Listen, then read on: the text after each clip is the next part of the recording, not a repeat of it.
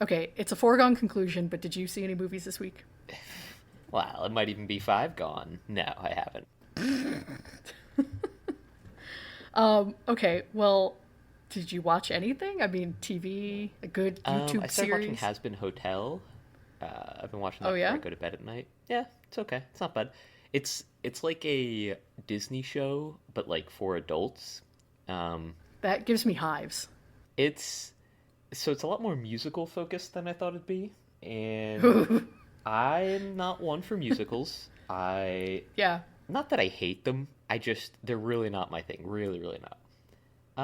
This one's like okay with it.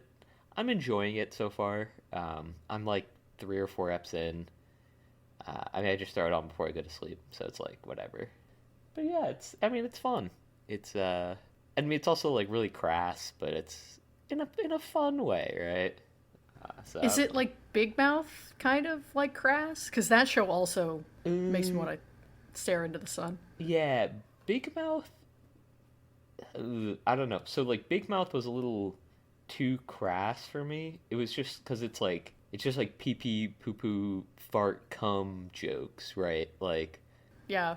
and I also thought it was just I don't know. So Big Mouth is like really weird to me on a lot of levels, but I'd say it's not as like cringe as Big Mouth. I guess I don't know. Okay. But I don't even think that most people think Big Mouth is cringe. Like it's very culturally accepted, which is fucking weird to me. I don't get why It people is. think that that's like a normal show to watch. It's so ugly. Like it's so like Yeah. literally ugly to Yeah. look at too, which I is something I just don't like. Has Been Hotel I don't really know much about, but at least that looks like it has. I don't It know, has a like it wouldn't style. scar me to look at, whereas Yeah. Big Mouth looks, yeah, frightening. Yeah, it's also like Big Mouth's jokes are like much more it feels like it's aimed at like teenagers cuz like it's all about like like preteens Right. It's and about like high teens school. going through Yeah. this time, right? Yeah, so like Right. me watching it, I'm like, all right, well, I just have zero interest in any of this. Like I made a lot of Yeah. these same jokes and worse when I was a kid. Yeah. 10 years Um, ago. Yeah. yeah, yeah. So like, why would I want to rewatch them? Yeah. And it's like, I don't know. It's not like funny. Is my problem with it, I think. That's fair. But yeah, I don't know. I know a lot of people who like love that show. Not a lot of people. I know some people who like love that show, and No, it's I was gonna say it seems like it's pretty well received. It always has yeah, big yeah, stars on it too. Like I always hear yeah. like, so and so is on. It's like, okay, And sure, like get for that what? bag. Yeah. Has Been Hotel, I don't really know anything about, but I have like an association.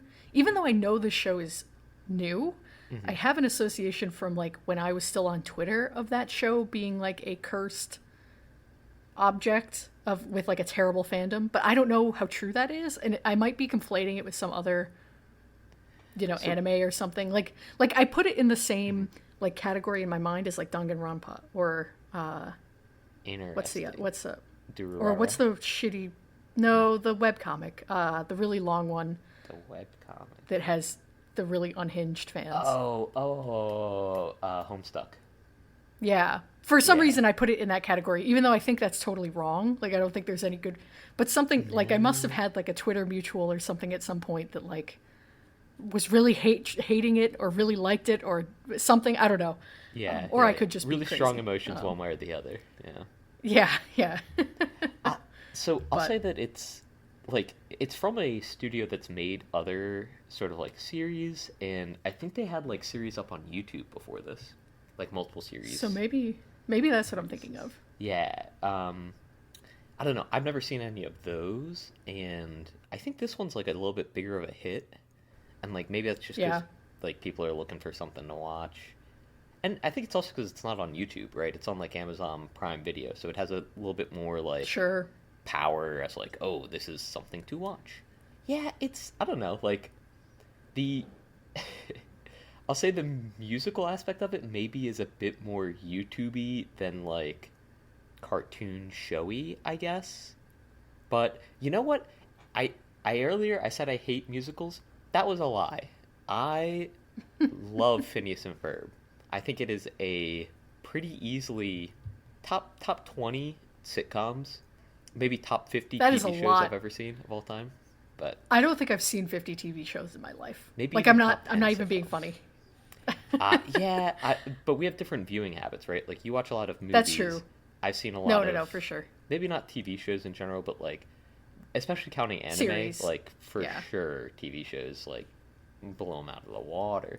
And even just in terms of like style of sitcom, I think it's part of that comes down to the fact that it's all clean humor, so like they do a lot with what they have. I don't know. I think like SpongeBob did very well in the same regard, but Yeah. definitely degraded over time because they ran out of material, right? I'm not going to get into the degradation of Phineas and Ferb, but season 2 was peak. Season 4, Oh my god. No, keep we going. don't talk about it. Season 1, you can distinctly see in Phineas and Ferb that there's like they're trying to sort of find their groove, I guess. Season 2, they're in their groove, they know what they're doing. Season 3 is when they get to play around with the formula a little bit, and they start having episodes which like break the paradigm of what you're expecting. They do that a little bit in season 2 as well, but it's not really as often. And for like those episodes, I'm thinking more of the like two-parters, like the science fair episode, and then season 4. I don't know. They kind of go off the rails a little bit. It's like there's some episodes that are so intensely formulaic that it's not really that interesting. Like the A plot really sort of falls flat a lot of times, and then they're heavily relying on the B plot, which like I get is the draw a lot of the times, but it's nice to have them have a more robust like A and B plot. I like having both of them. I'm greedy. It gives me a warm, happy feeling watching the show, and that's enough for me. And it's funny. And hey, that's what cartoons are for, right? Yeah. Oh yeah. Warm, yeah. happy feeling. Definitely not the big mouth style of nasty, revolting, all of that. Yeah, for sure. I mean, even just in terms of like any other sitcom, like Seinfeld or Always Sunny in Philadelphia. Okay, yeah, that's not exactly the warm fuzzies with those shows. Well, right. Not the warm fuzzies, but just in terms of like humorous content, like it's up there, right? It's pretty high up there. Just it's funny on its own merits, I'll say. And they do a lot with like they get away with a lot of like physical gags or like physical comedy that I guess you couldn't get away with in live action, or things that you could get away with, but it'd be like harder to kind of work around. So I appreciate that. You want to talk about some physical comedy? I have a movie for you, I think. Oh yeah? Is it Playtime? Yeah. It is. You want to introduce our podcast? Yeah. This is We Want to Watch. And apparently we want to watch Phineas and Ferb. I'm Ricky. I'm Lane. I'm not going to go through the whole I'm a film bro. I'm not a film bro. I'm not an aspiring film You're bro. You're not? Well, then what do you want me to put in the description? Because I'll change it. I don't know. I'm not an aspiring film bro, though. Like, I am not aspiring to be a film bro. I am not currently a film bro. Then why are you doing this podcast besides we're friends and we like to talk about movies Because I want to watch and more everything movies. else? Like, it's not that I want to be a film So you're bro, but aspiring. I want to Okay, well, have seen films. Because anytime somebody asks me, oh, have you seen blank? I have to go, nope. Nada. Nope. And then they like start relating it to other movies, and I'm like, ooh, yeah, nope, not me. So should it be an aspiring cinephile or something like that instead? An aspiring, or just like aspiring movie literate person? Yeah, yeah. I figured Film Bro was just funnier. Film Bro is funnier. You know. That's why I'm fine with you leaving it as Film Bro. Like, that is funnier, but it's not who I am. It's not me. Maybe. On the inside. Well, you're right in that you have not seen a lot of movies, and I'm also this right podcast in that I'm isn't valid. You are valid. It's true. You're valid for being someone who watches children's cartoons instead of important cinema. I mean, not recently, but... Yeah. This is a podcast where we watch movies that we want to watch, and this week was a Rick's pick. And that Rick's pick was Playtime, the 1967-ish film? 1967 film? Yes, 67. By someone... Do you need me to say? whose name I am looking up. Jacques Tati. Oh, is that might just be the... No, okay, that is the director. Yep, by Jacques Tati. he's also the main character, so Yeah, I'm so okay. So did you know that, or like going in? Because I think I that didn't. adds a layer to this movie. You did not? I did not, but I like when looking at the film, like because I obviously had to look it up. It kind of tells you. They're like, oh yeah, that guy with the umbrella in the beginning, that's the director, and I'm like, all right, cool, thanks. So what made you pick this movie? Because yeah, when you first suggested it, I was like, oh, I don't think this is a movie that it gets referenced, but not by name. I think it gets like movies play homage to it or whatnot, but I don't think I've ever seen somebody talk about this movie really, except in very specific circles. So, yeah, like where did you hear about this and what made you want to watch it? One of my friends suggested it to me, so like, Oh, shout out friend. shout out Fred. We want to shout out. So basically, I I had said, hey, I'm making a movie podcast. I usually riff for about 15 minutes in the beginning about Phineas and Ferb, a children's cartoon. And they said, oh, okay, cool. How about you watch a real fucking film? And I said, oh, I'd like to do that. And they said, it's called Shout out Playtime, this friend. motherfucker. And I said, oh, all right. Then they started pushing me over, and I was like, I'm on a playground now. I'm on the ground. There's wood chips all around. I was like, what's going on here? And they Your said, lunch "It's money playtime, scattering onto the motherfucker." floor. Yeah. And then it like, Good. it all stereoscoped into French. Everything was gray and very little color. Yeah, no, but they said that Cool. it's like a really cool movie, really interesting, like visually interesting, and like really frenetic energy. And it delivered on all of that. They also mentioned that they really like the sound on it, like the music, and I Yeah. agreed. Yeah, really. So like, I would say that it was unhinged, but the movie is kind of unhinged. Like, it follows along really well with how the sound develops throughout the film. I do want to ask though, like, this movie is it's like a take on capitalism, right? Like that's what they're getting at, yeah.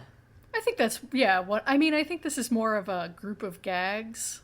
Like it's like Gags the movie. Right. I feel like Right. yes, it's definitely supposed to be like if you wanted to derive a meaning from this, I definitely think it's supposed to be isn't it absurd that we live in this like super consumerist capitalist city or life, whatever, environment. You know, the most obvious thing I think that kind of comments on that, besides the color, which you already mentioned, is you never see any of the Paris stuff like directly. It's always like Yeah. in reflection, Yeah. which is Or kind like of on like funny and postcards cute. or something. They'll Yeah, have like posters yeah. of it. Yeah. Yeah, so yeah, I think that's definitely like the theme in that way. But I mean, There's also like everyone has Yeah. jobs. Full honchoism. Like everyone is working. Like even if they're not doing anything, everyone's got a job.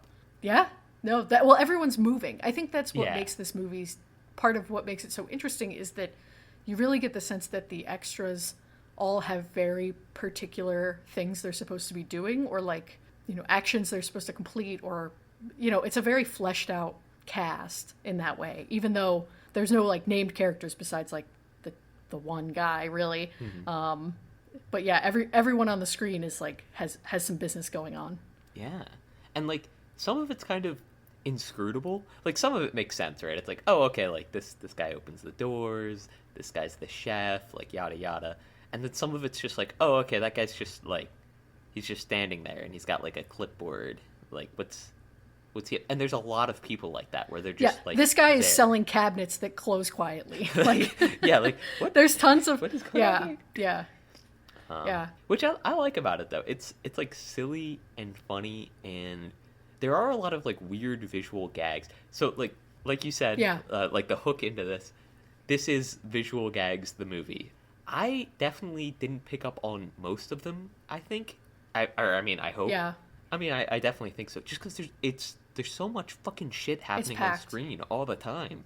And not everything is a gag. Yeah, Is part of it yeah. too. So it's like some of the people are really just like sitting there like shuffling a paper or whatever. But then other times you'll look and it's like, oh, this lady's hat is the wing of a plane like right now or something, and it'll be like, oh, cool. So it's rewarding in that sense, and that like this is the second time I've seen this now, and I noticed definitely more or like different stuff this time around, even though I just watched this, 6 months ago or so. Yeah, yeah, yeah. You'll see it. You see like a woman walking around, and it's like she looks like she's a nurse, and like you hear a baby cry, and you're like, oh, that's a nurse, right? Like whatever. She's walking a baby through like an airport, whatever. I guess makes sense. And then, like in the background of the next scene, it's actually just papers, and she was actually just going to like refill like a copier or something. It's like, wait a second, what the fuck? What happened to the baby? There was never a baby. She's not a nurse. It's like, what is happening here? Yeah. But yeah, I don't know if there's really a plot outside of that, right?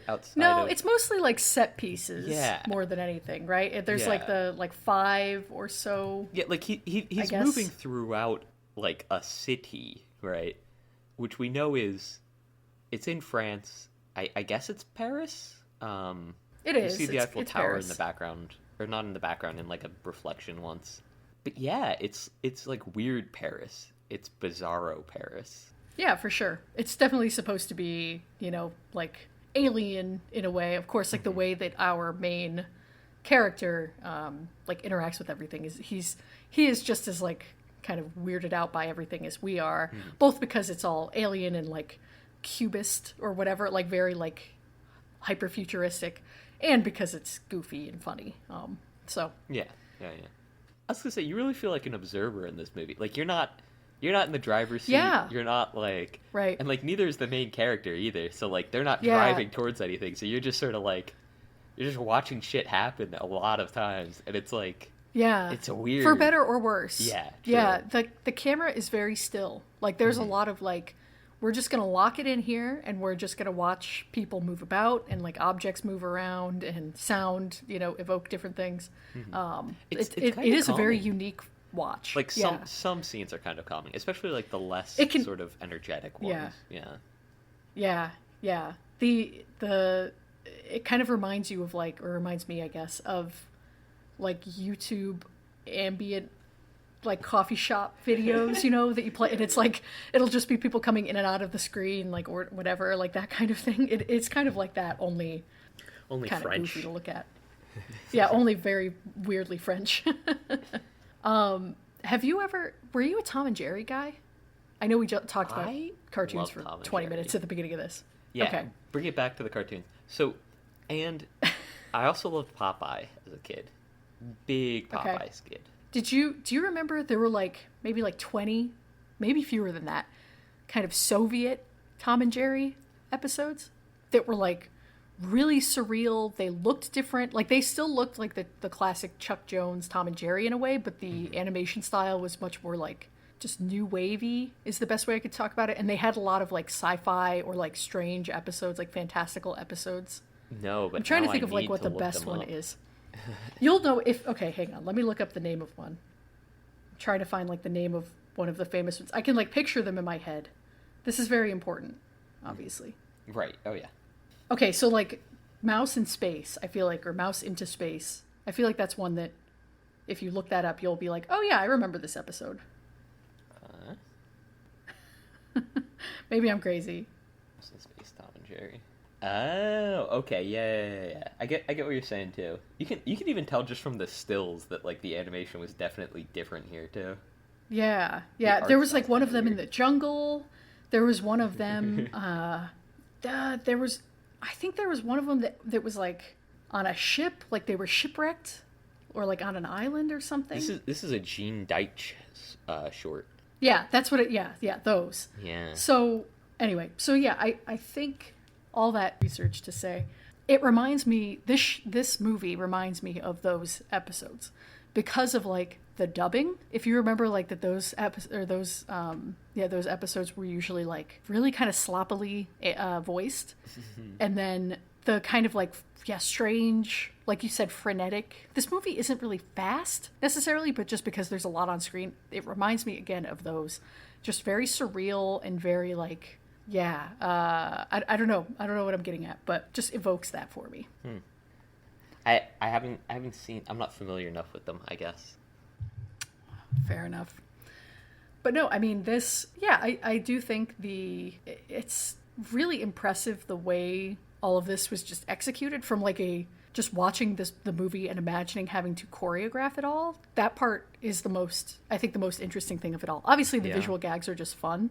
It's a fun hang, but thinking about like how you would actually go about telling all of your extras what to do, making sure all the different objects kind of line up properly, the various things with sound and light that happen in this. Especially again, the choreography. Especially with the fact that like they are such like large shots, like really wide shots, and they go on for like such a long period of time. Like there's some scenes which are like almost excruciatingly long, and like I mean obviously it's just one take and it's a lot of people doing many things in sync or like very closely to in sync, and it's just like it's almost uncanny valley sometimes watching it. It's like watching divers like synchronized swimming and stuff, but it's like just a little bit off. Like they're just different enough that you're like, okay, they're not like really synchronized, but something else is going on here. Yeah, I do think it is uneven. I think some parts of it are much more interesting and funny than others. When I think the trade show part, okay, because there's the opening when everybody's kind of coming to Paris, right? So like the bus arriving in the airport. Yeah. When you first meet like the tour group. And then there's like the office building, which is, do you remember Barbie? Do you remember the scene where she's running through? Yeah, that bottom floor. Yeah. Yeah, definitely. I think that's what they were going for there. So like that whole thing, like the maze of all of the offices. And then there's like the trade show, which is where I think it starts to get a little bit boring for a time. Yeah, like some of them are funny, but it's definitely a different type of humor for sure.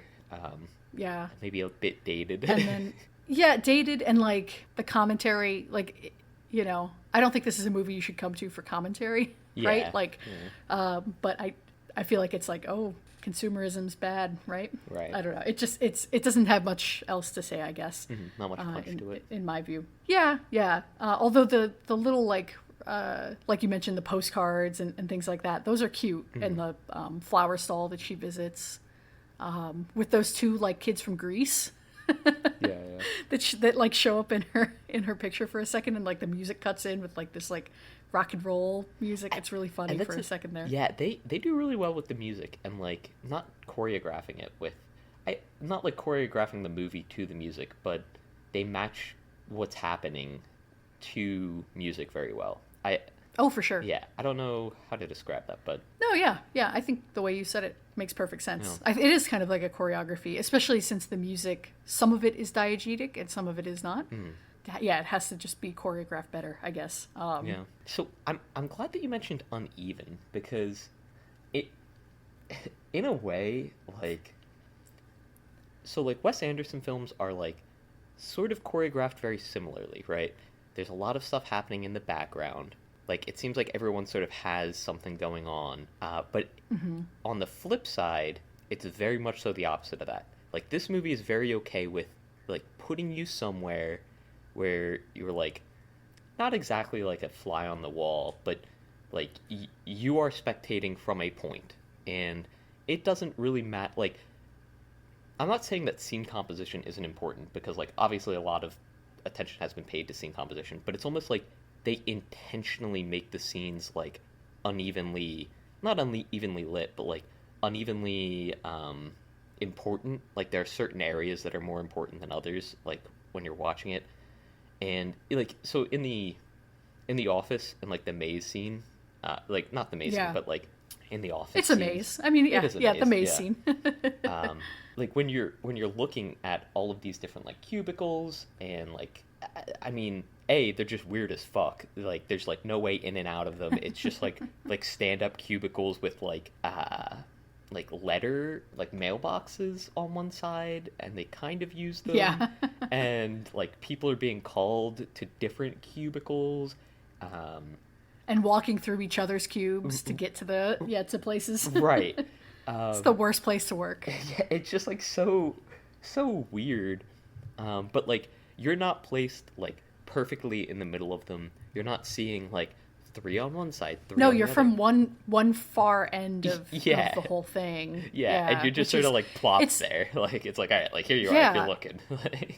You know what it's actually like? It's kind of like Where's Waldo. It's like Yeah, animated Where's yeah, Waldo yeah. in a way. Whereas Wes Anderson, it's very much like this is what you were supposed to be focusing on, Mm. and like anything in the background is like there in service of, people might have like little gags and things, but they're not supposed to draw your attention away really from whatever's happening pretty much in the center of the screen. Yeah, Whereas this movie is very much like where no matter where you look, you have like almost like a low level anxiety of like, am I looking at the right thing? Am I right. Yeah, missing yeah, something? Because there's just and that there's no right answer because there's like 5, 10 different things happening in any given shot. So yeah. Shit's just always happening. Um, yeah. it's almost like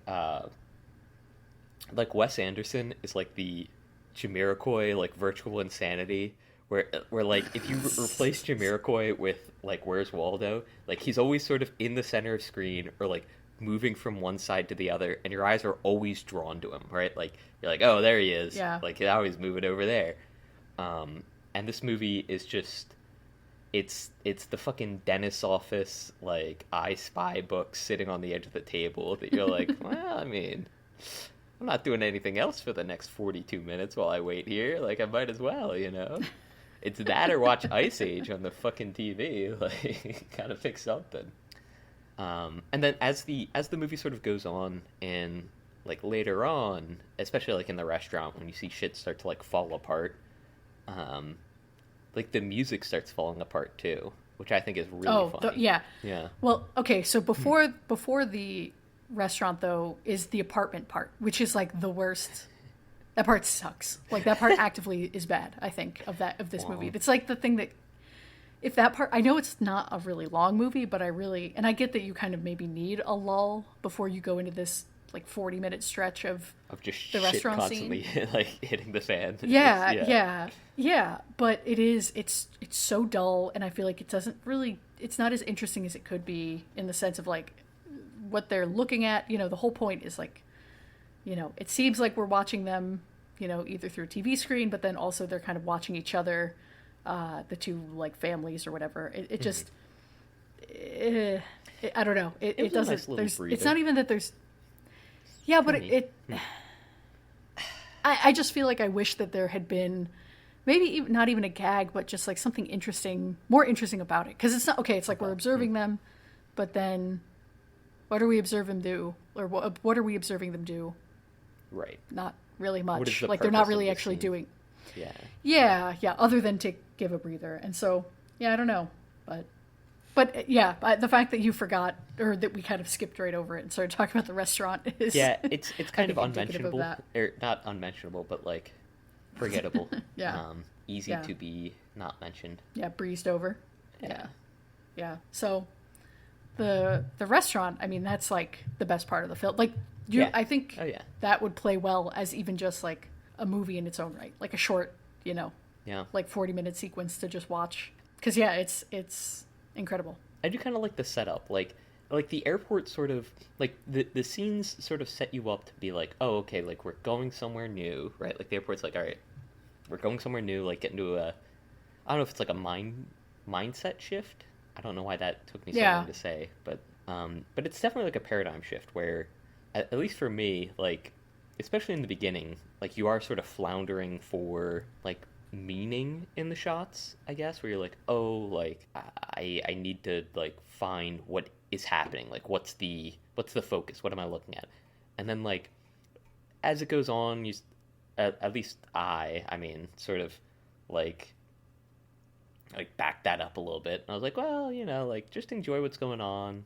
Like it doesn't really have to follow a plot structure. Like just sort of enjoy like the cacophony of like what's happening. And then like it sort of like ramps you up, right? You get a little bit more used to like, oh, like this is like the city life, especially like after you get out of the office building and then they're out on the street, you get to like see a little bit more shit. It's like, oh, okay, like cool. Like I kind of get the gist of like where this is going. And then the restaurant is like the conflict, I guess, right? Because that's where like all of these, I guess, intricate sort of esoteric systems, because like we don't know what's running this shit? Like, what is making all of this shit like function? Because it's kind of like a well-oiled machine. Like, it's like looking at like a watch, right? Like there's a lot of shit happening. You might not know like what the function of everything is, but like there's a lot of shit happening there. Um, and it just starts like breaking apart, like little bits at a time start like falling to pieces. And then like as that gets more and more pronounced, it's like, all right, well, like what the fuck is happening here? Well, yeah, that's the whole point of the restaurant, right? Yeah. Is like to show humanity like bursting through this like well-oiled machine that is running basically just for money. And then you have this really funny, the American like guy, the like loud American in the restaurant who's just like telling people like, I'll buy everything, it's fine, this round's on me, like over and over again. But yeah, so it you know, the after the restaurant scene is when there's color in the city again, and like you have the cars are all colorful and they're driving in unison, and like, but not in like not in a robotic way, machine like way. But in a kind of like a full of life kind of way. The joie de vivre and so has been revived. There you go. Yeah. And so I think that's the whole point. Yeah, you're right in that it needs the setup to have that kind of satisfaction of the restaurant scene being so boisterous and over the top, and everyone kind of starts letting loose a little bit. Yeah, because like before you see it like together, or like before you see it breaking apart, you have to see it together, right? Yeah. Yeah. One of my favorite parts of the restaurant scene was where the door, like the glass door shatters, but the guy was like holding the handle. So he keeps that like, part's so funny. He keeps like opening the door for people, even though it's not there. Yeah, he keeps doing it. Yeah, it's then, the way. Like one guy like stumbles by him before he could get the door, like quote unquote door open, and he just sort of like looks at him with the handle in his hand as he walks by him.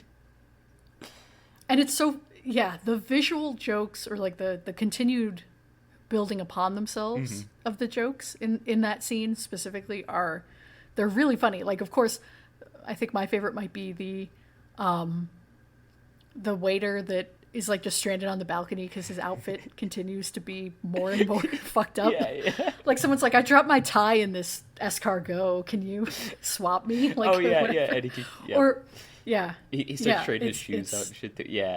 Yeah, he trades his shoes, his jacket, his pants, his tie. I think his little like napkin over his arm. Oh, yeah. It's so funny. Yeah. But yeah, so that's part of what makes that scene so winning, is that it goes on so long. Yeah. Whereas, you couldn't have it, I guess. It wouldn't be as satisfying to not have the preface of all of the boring or more staid parts of it. Right. Beforehand. There's this idea of like getting through the laugh desert. I forget where I heard this from, but like there's this comedian who like they would make jokes and they're like, even if it bombs, I'm going to like keep pursuing that same line of like comedy, right? And he would just keep doing it so often that like eventually people would start laughing again, just at the sheer like absurdity of like, how is this guy still doing the same joke even though it's like very clearly failed? Like, no one has been laughing, it's not funny, right? Like, just stop. And that honestly inspires a lot of my comedy. Outside of it being like guerrilla warfare, I do sort of get latched onto things, and when I read that, I really resonated well with it. And this movie does that really well as well, where it's just like they take like a gag, which you might see as just like a one-off gag, right? And you're like, oh, okay, like, haha, I get it, like that guy like lost his lapel, funny, okay. And then they just keep doing it, and they're just like, how's this? Well, and it's not just that they'll keep doing it; it's that they'll do it, and then they'll go do something else, and then they'll come back to it, which is what makes it so funny, because it's long enough for you to forget. Yeah.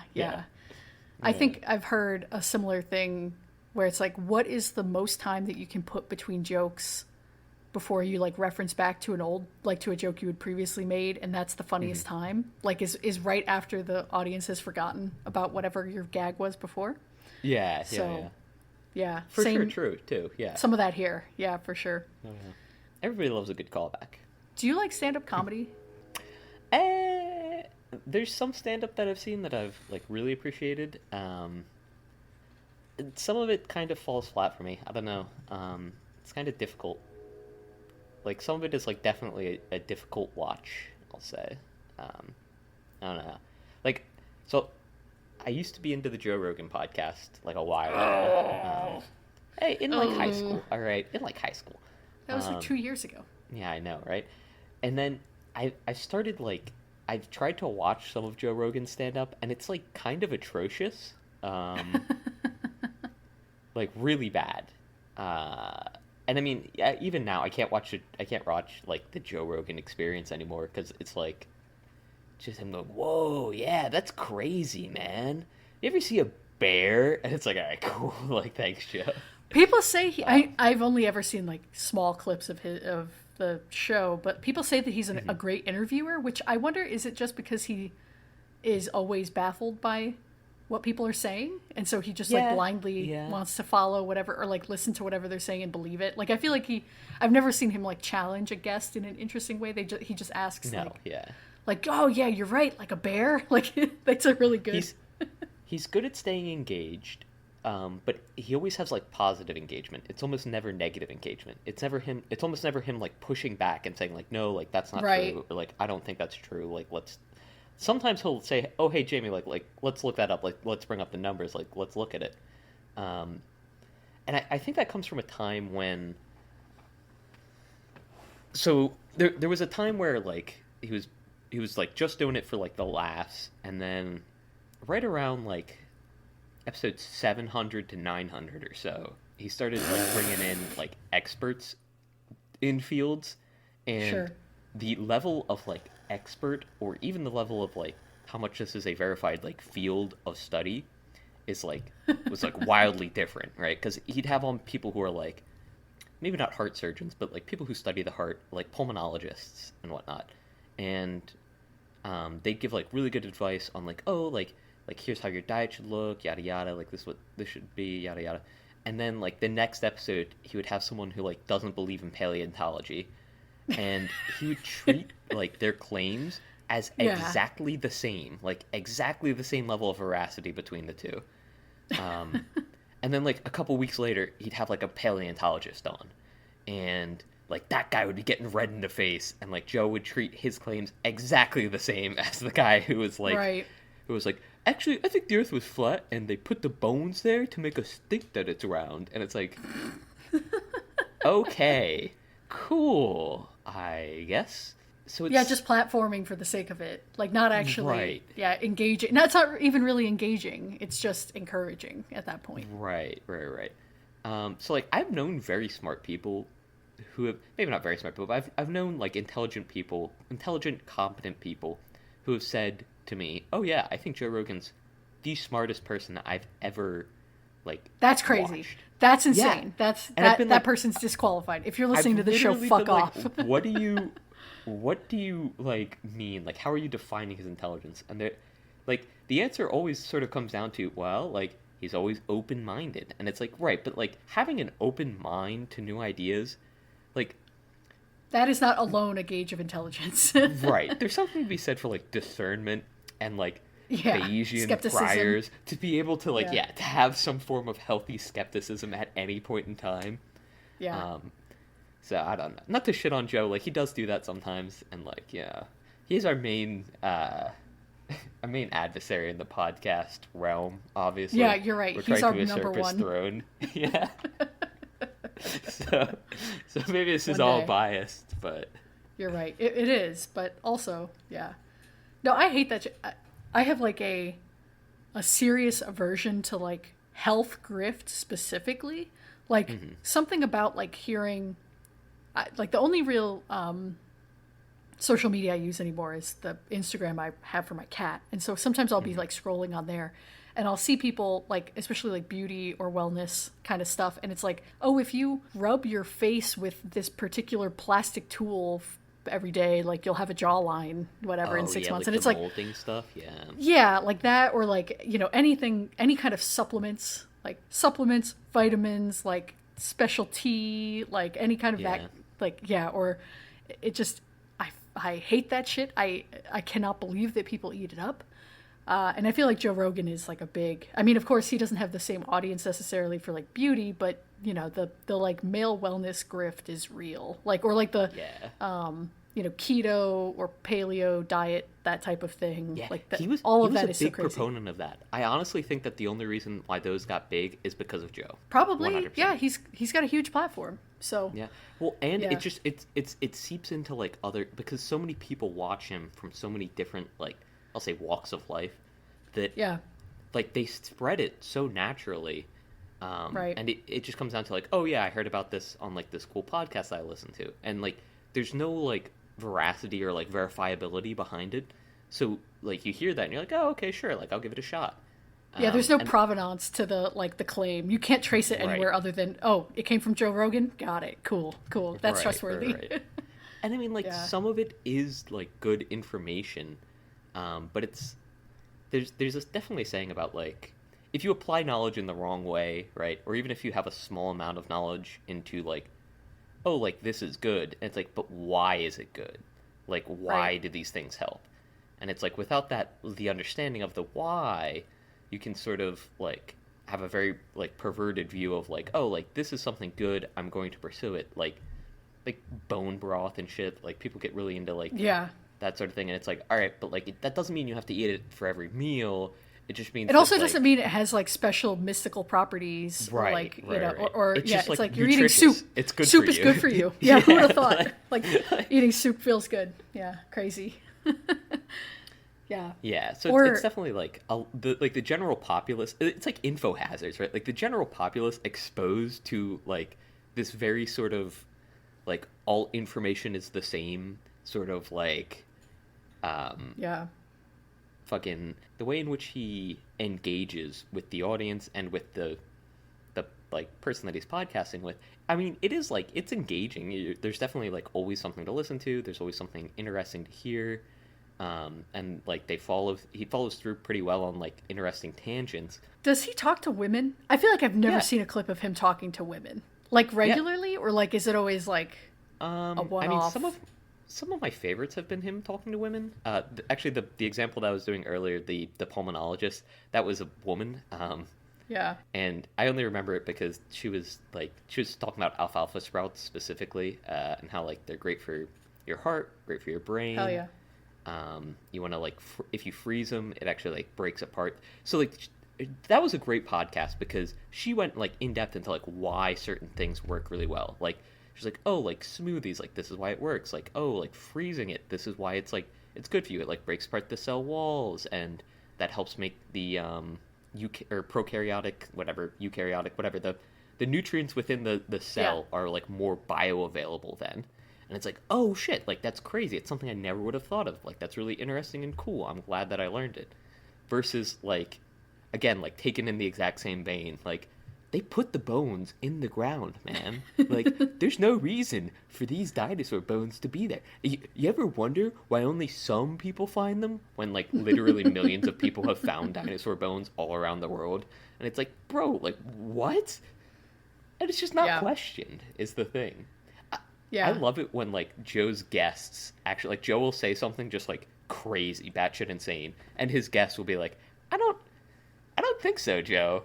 And then like they'll look it up, and Joe's just like so fucking wrong, and like he's got to pivot to a new topic. It's great. Well, yeah, I mean, wasn't he an MMA boxer too? Like that man has fucking. He's got brain damage, CTE. Yeah, I was gonna say CTE, and he does like a lot of drugs. I don't know. Not again, so- like more power to him, but Yeah, he was in MMA for a little bit. Now he's been a caster for a while. right, yeah, yeah. Of like the UFC and probably certain MMA events as well. And I think that's where like he got a lot of his platform from originally. Totally, yeah, for sure. He's been grinding at the podcast thing for like years, like long before anyone else. So Oh yeah, I mean, he was podcasting in like the fucking Obama era, basically, like way early. he was podcasting earlier. in like the 90s. Like this guy's Well, been that's not podcasting, but yeah. podding. Well, yeah, because he hosts fucking Fear Factor too, and I mean, he got his start Yeah. on what's that show with Tony Danza? Or no, it's not Tony Danza. Tony Is it Danza. News Radio? Am I making up that Tony Danza's on there? I might be. Anyway. I don't know. I only know Tony Danza from the Tony Danza Show. We're way off the plot. It's an extravaganza! Anyway. Oh my god. Okay. Anyway. That's a deep cut for all my Danza fans out there. Holy my shit. fanses. Another episode of fucking edits like crazy. Another episode of just 20 minutes of brain fucking melting slush. It's been like 40 if you count the Phineas and Ferb stuff at the beginning. That's but true, I think honestly. that just goes to show this is a movie, like, in summary, I think, not that we have to stop talking about it, but No, for sure. this movie is more fun to watch than to talk about by far. Yeah.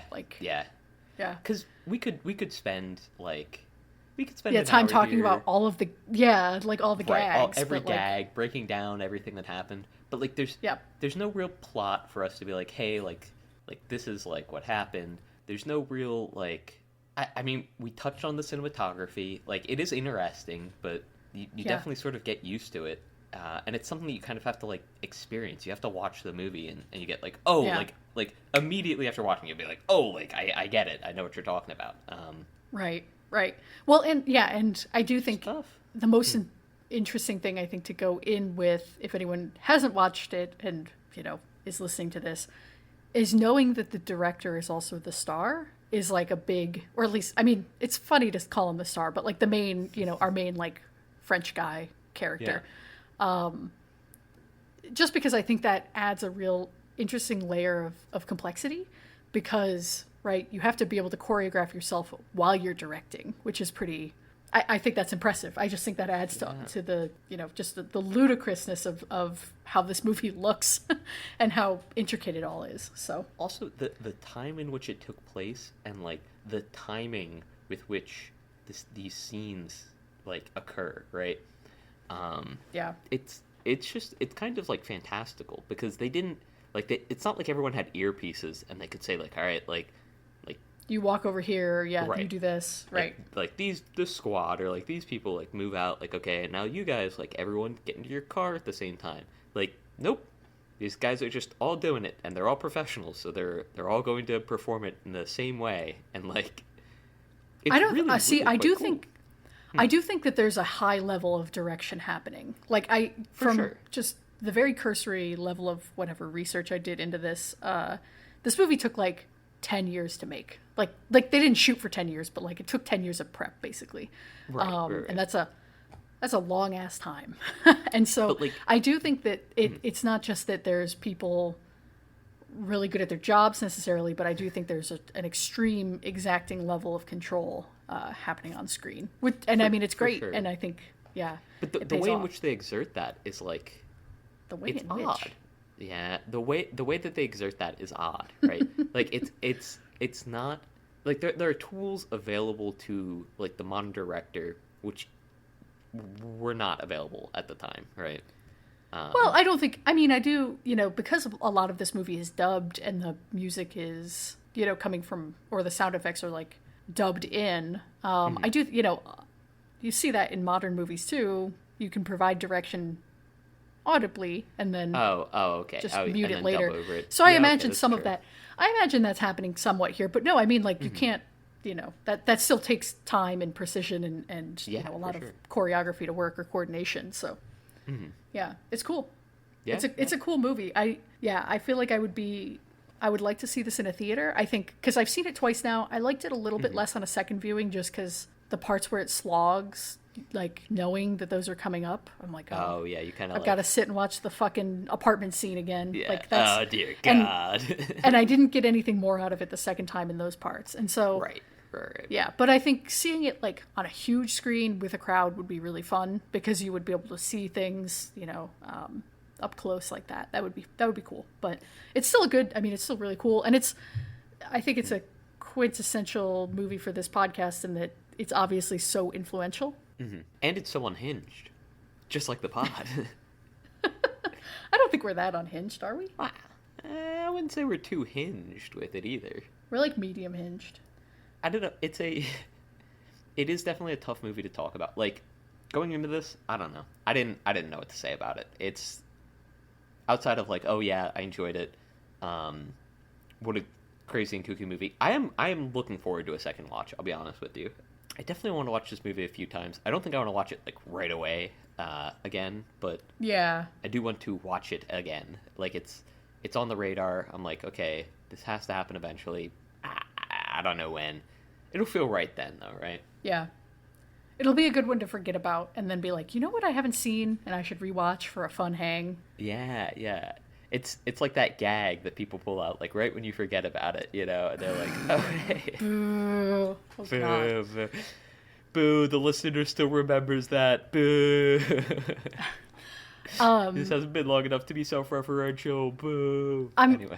All right. Did your friend recommend anything else besides Playtime? I'm just curious if, like, who this friend... I want to know more about your cinephile friend. No, I mean, they honestly, I don't even think they're a cinephile. They were just like, hey, like, you should watch this, dude. And I was like, yeah, sure, no problem. And we've talked about other movies in the past. Yeah. I don't know. I'll ask him about it later. I'll see if he has any other recommendations or any other cool movies in general. I'll say anytime I've mentioned a movie, it seems like he's seen it. Yeah. So maybe he is a cinephile, like undercover. A cinephile? Cinephile. You remember the game Seen It? The board game? From No. like a decade or two ago? No? Okay. It was like like a DVD and a board game, and you would like... It would have clips from movies, and like you'd have to try and guess. It'd be like movie trivia. Like I'm not. Well, there were commercials and shit. Like it wasn't like it was. God, man. You remember that card game Cinephile from like when we played it over your house a couple of months ago? And how it was 3v1 and I was still winning. Lane, you fun. Could. All right, I was gonna like you could win that game. I was gonna say like with a hand tied behind your back or like with an eye closed, but like neither of those are particular impairments in terms of the game. So, but yeah, I don't know. Not a movie guy over here. That's why I'm trying to get into it. That's what this pod is for. That's why I was asking if this other guy had any recommendations for you. Just, I know. Well, that's why I said I'm gonna talk to him about it. We're gonna. Have you started a list? Because I know we have our letterbox list that I add to, but you don't. Wow. I'll add to it. The listeners want it. The listeners want to see your list and your logs. I don't know. I'll make. We're never going to build any parasocial relationships like this. That's true. I need the parasocial relationships. I'll start adding some too because I don't know if I made a letterbox. You did. You definitely did. Okay. Yeah. I'll start adding to that, and I want to start putting up the movies that I've seen because I haven't seen a ton of movies, but I've definitely seen like I think more than I expect I've seen. Every time I like sit down and I try to like go through them, it's more than I like can immediately recall, right? Yeah. The best way to do that on Letterboxd is to just go to the films tab and just browse by popular and just mark them as like, yep, watch this. Yeah. So, Yeah. And then before you know it, it'll be 2,000 movies and you're like, oh fuck. Why don't I have a college degree? I've never seen 2,000 movies. No, I know. That'd be a movie a day for like 7 years. That's crazy. I've seen 2,000 movies. Yeah, well, I mean, that's like a movie a day for 7 years. Or like a movie every couple days for my whole life. I mean, take your pick. True. Anything else to say about this movie? Not really. I mean, I think it's a good watch. Cool film. I don't know. We're struggling. It's tough to talk about. Yeah. This maybe wasn't a great one to pick for a podcast, which like... I mean, sorry, that's I fine. didn't know that, but No, it's okay. It's fine. Yeah. I think we talked about the interesting cool things. To watch, great to watch. Yeah, and I feel like it'd be cool to like talk about with someone while you're watching it. Like it'd be cool to we should have done a commentary. Yeah, that would have been fun. Yeah, that might actually have worked a lot better, especially for this movie more than like any. It's because like the dialogue is like not non-existent, incidental. But, like it's like I do like that about that it's like the dialogue is like. You could just watch this without, totally in French and with no subtitles, and it'd be fine. You wouldn't need to. Yeah. At times, it's even mixed into the background. Like, you really can't even understand the words in English that they're saying, which is kind of fun. Sometimes the subtitles were not working for me for those parts. Like, they just, like, cut off entirely. I don't know if it was, like, the sound mixing or something. They just, like, didn't pick it up on, like, the track that was recording for the... Yeah, but it did not impact your watch, I'm sure. Yeah. Not at all. I don't care about these French people or what they're saying to each other. Fuck them, long story short, I hate the French, but this movie is probably the only good thing that they've produced outside of... What's the anime you like? procedure. Fuck. The Trial? You could just call it The Trial. Trial. Also, The the Trial. French didn't make that. It was a co-production. They were involved. They were involved. All right. And you know what? There is a lot of French animation. I'll say French animation is probably like the second. Like France is the second biggest animator in the world after Japan. So You were just itching to talk about animation. My God. you said animation. Not... You mentioned animation earlier. You literally just. Said I was it. trying to think of the Blue-Eyed Samurai. Is that the name of the one that you like? Isn't that French? I don't know. Okay. All right. Well, I guess. I thought you referenced it a few when we talked on Rogency. Anyway, it don't matter. Yeah, the French can sometimes make good movies. It's true. Not Incendie. Fuck that movie. Bad French movie. No, I haven't heard of Blue-Eyed Samurai. Although now I'm gonna watch it. Really? Maybe I don't know who else would have fucking told me about this, but Yeah, this just came out. Like 2023, in November of 2023. Yeah. Yeah, that's why I thought you brought it up. Anyway. Oh, yeah, all right. that's kind of crazy. Wow. And it's made by a French studio called Blue Spirit. That's cool as fuck. Yeah, but I mean, so anyway, like, cool. That's a really cool connection, though. Like, France is the second, like, leader of animation outside of Japan. So it's, I don't know, really cool to see.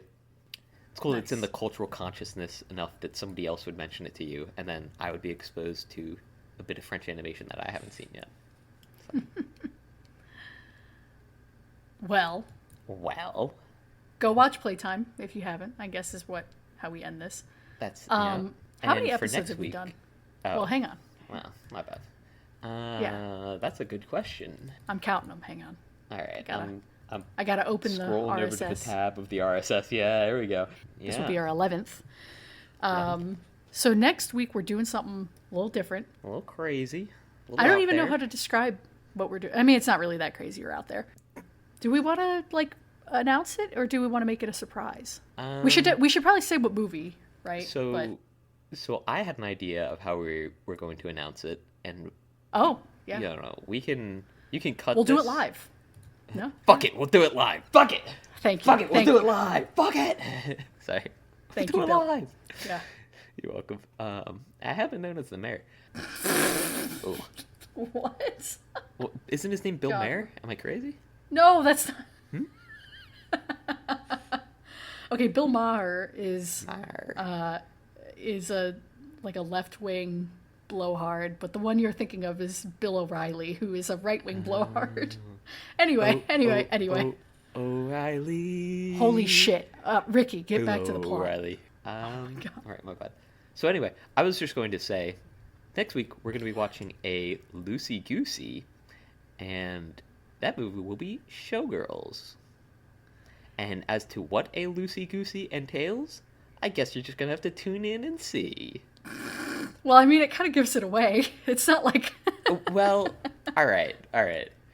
So next week, it's a Loosey Goosey. It's a Loosey Goosey. It's Showgirls, right? Yes, we are watching Showgirls. This is a 1995 movie. I kind of suggested this. Paul Verhoeven, who I think, Ricky, you would probably know this director. He's done RoboCop and... Oh, shit. Starship Troopers, Total Recall, a couple other... Oh, I've seen Total Recall. So, okay, all right. Yeah, so very different, I think, direction than some of those movies go. I have not seen this movie. I don't think either of us have, so... but it's supposed to be like either really, really bad, one of the worst ever, or some people claim it as like an, postmodern masterpiece. So we'll see what our take is on that. I guess How can it be postmodern when we're currently modern and it came out before us? If only there was a way to know what that meant. Answer that. If only we. Oh my God! Is Bill O'Reilly on the horn right now? Checkmate, Like, are we here with liberals.